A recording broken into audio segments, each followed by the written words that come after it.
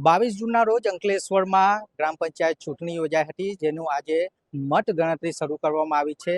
આ અંકલેશ્વર જીનવાલા સંકુલમાં સવારથી 9 વાગ્યાથી જે મત ગણતરી છે તેની શરૂઆત કરવામાં આવી છે. પ્રથમ ચરણમાં જ બોઈદરા, માટીયા, ઢંટોડિયા, માંડવા, કોસંબડી જે ગામો છે તેની મત ગણતરીની શરૂઆત કરી દેવામાં આવી છે.